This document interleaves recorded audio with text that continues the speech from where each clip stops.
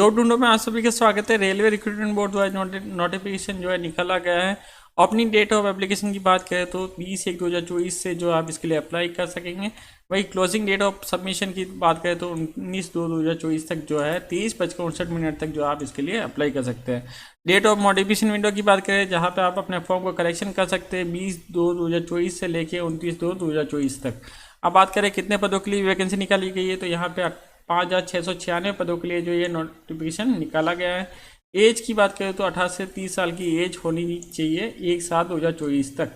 अब बात करें यहाँ पे तो क्या क्वालिफिकेशन होनी चाहिए, ये सारी चीज़ें हम यहाँ पे जो है डिस्कस करने वाले। तो सबसे पहले बात करें मेडिकल स्टैंडर्ड की तो यहाँ पे A1 स्टैंडर्ड बताया गया है, physically fit in all respects. यहाँ पे बात करें तो distance vision 6/6 without glass with fogging test must not except +2D and near vision की बात करें तो 0.6 without glass and must pass test for colour vision, binocular vision, field of vision and night vision and mesopic vision. ये सारी चीज़ें जो यहाँ पे बता रखी है। आगे बात करें तो क्या एज लिमिट रखी गई है तो यहाँ पे 18 से 30 साल तक के जो कैंडिडेट है वो इसके लिए अप्लाई कर सकते हैं। 30 साल मतलब 1/7/2024 से जो है ज़्यादा नहीं होनी चाहिए। यहाँ पे बात करें एज रिलैक्सेशन की तो SC/ST कैंडिडेट के लिए जो है 5 साल की रिलैक्सेशन दी गई है अपर एज में, और इसी के साथ में OBC के लिए जो है 3 साल की रिलैक्सेशन दी गई है। एक्स सर्विसमैन अनरिजर्व कैटेगरी या EWS है तो यहाँ पे 3 साल की जो है रिलैक्सेशन दी गई है। एक्स सर्विसमैन OBC है तो 6 साल की रिलैक्सेशन दी गई है। SC/ST के लिए जो है 8 साल की रिलैक्सेशन दी गई है। ये सारी चीज़ें जो है नोटिफिकेशन में मेंशन की गई तो आप इसे देख ले एक बार, फिर इसके लिए आप अप्लाई करें। आगे बात करें यहाँ पे तो एसेंशियल क्वालिफिकेशन की तो यहाँ पे हम देखने वाले हैं। तो सबसे पहले बात करें एग्जामिनेशन फीस की तो एग्जामिनेशन फीस क्या रहनी चाहिए। हम बात करें यहाँ पे एग्जामिनेशन फीस तो एग्जामिनेशन फीस क्या होगी तो for all candidate exit categories maintain below 8 SI number 2 serial number 2 में जो ये सारी चीज़ें हैं, इनके अलावा जो है out of the fees of 500 and amount of RS 400 shall be refunded duly deducted banking charge और appearing in first stage CBT। अगर जो आप फर्स्ट स्टेज CBT में अपीयर होते हैं तो आपको जो है 400 रुपये जो है वापस रिफंड कर दिए जाएंगे। ये सारी चीज़ें बता रखी है। फीस जो है 500 रुपये रखी गई है। For candidate who belong SC/ST, ex serviceman, female, transgender, minorities, economical backward class, EBC, ये सारी चीज़ों के लिए जो है इन सारी कैटेगरीज के लिए जो है 250 रखी गई है fees. This fees of RS 250 shell be refunded, मतलब 250 रुपये जो है फर्स्ट स्टेज CBT में जो अपीयर होंगे उन कैंडिडेट को जो है वापस रिफंड कर दिए जाएंगे। ये सारी चीज़ें जो है मैंडेट यहाँ पे मेंटेन की गई है। अब आगे बात करें यहाँ पे तो यहाँ रिक्रूटमेंट प्रोसेस की बात करें तो a candidate can apply only 1 RRB, एक ही बोर्ड से जो है अप्लाई कर सकेगा candidate. Only 1 online application has be submitted. The recruitment process shall comprise of following stage. First stage CBT होगा 1, दूसरा स्टेज CBT 2 और थर्ड स्टेज जो है कंप्यूटर बेस्ड एप्टीट्यूड टेस्ट होगा। इसी के साथ में 4 स्टेज में जो है डॉक्यूमेंट वेरिफिकेशन और 5th स्टेज में जो है मेडिकल एग्जामिनेशन जो है होगा। Informing on examination schedule and venues will be given due courses through official RRB website. यहाँ पे जो है RRB की वेबसाइट पे आप जो है देख सकते हैं। Request for postpone of any of the stage और for change of venue date and set will not be attend under any circumstances. ये सारी चीज़ें यहाँ पे बता रखी तो आप एक बार देख लें। फर्स्ट स्टेज CBT की बात करें तो यहाँ पे CBT 1 will be on screening exam for short listing eligible candidate for CBT 2। यहाँ पे जो है CBT 2 के लिए जो है एलिजिबल कैंडिडेट को जो है निकाला जाएगा। Normalise mark and merit, the merit of CBT 1 shall not be counted well preparing the final panel, मतलब फाइनल पैनल में जो है ये अंक जो है एड नहीं होंगे। Candidate belong to OBC SC/ST who are short listed for CBT 2 by availing relaxed standard of age shall continue to be treated as candidate as per respective reserve communities। अब बात करें पैटर्न की तो यहाँ पे CBT 1 के लिए जो पैटर्न क्या रहने वाला है तो ड्यूरेशन 60 मिनट का टाइम मिलेगा। नंबर ऑफ क्वेश्चन की बात करें तो यहाँ पे जो है 75 क्वेश्चन पूछे जाएंगे और मार्क्स की बात करें तो 75 मार्क्स के होंगे। एक क्वेश्चन जो है 1 मार्क्स का होगा। यहाँ क्या नेगेटिव मार्किंग होगी तो यहाँ पे जो है नेगेटिव मार्किंग रखी गई है, 1/3 नेगेटिव मार्किंग जो है रखी गई है। Normalisation of mark will be done CBT head of multiple shift. ये जो है एग्जाम मल्टीपल शिफ्ट में होंगे तो इसलिए नॉर्मलाइजेशन रखा गया है। मिनिमम पास परसेंटेज की बात करें तो अनरिजर्व EWS के जो है 40% मार्क्स, OBC के लिए जो है 30% मार्क्स, SC के लिए जो है 30%, ST के लिए जो है 25% मार्क्स जो है रखे गए हैं। अब बात करें तो क्या क्या क्वेश्चन पूछे जाएंगे किससे रिलेटेड, तो the standard of question for CBT will generally be in conformity with the educational standard and minimum technical qualification prescribed for the post.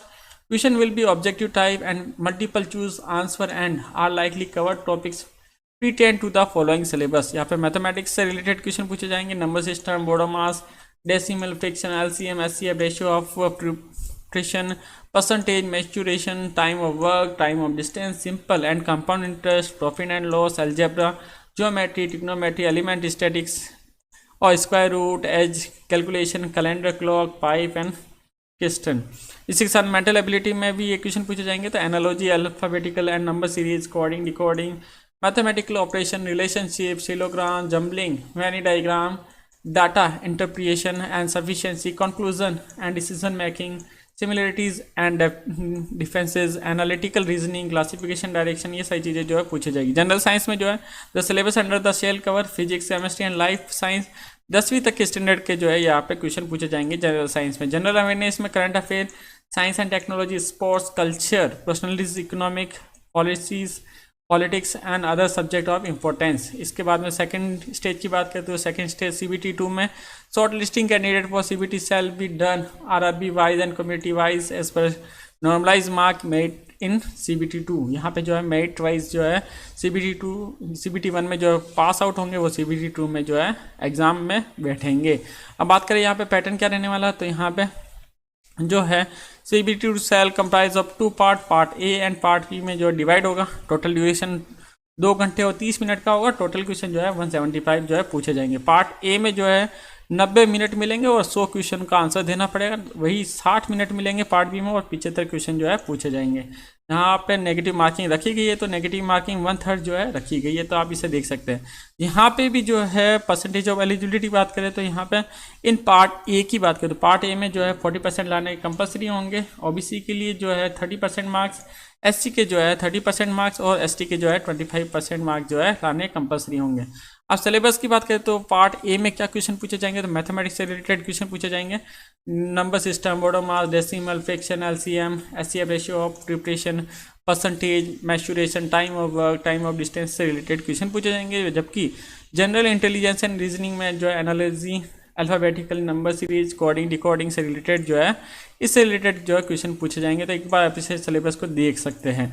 Basic science and engineering में जो है the broad topics are covered under this shall be engineering, drawing, projection views, drawing instrument, lines, geometric figures, symbolic representation, unit measurement, mass, weight and density, work, power, energy, speed and velocity, heat and temperature, basic electricity, labour, simple machine, occupational safety and health environment education से related जो है question पूछे जाएंगे। अब यहाँ पे syllabus for part B की बात करें तो यहाँ पे part B is only qualifying test. यहाँ पे जो क्वालिफाइंग टेस्ट होगा in nature and shall have question from various state syllabus prescribe of diet general of training. DGT के अनुसार जो है सिलेबस बताया कि इससे रिलेटेड जो है क्वेश्चन पूछे जाएंगे।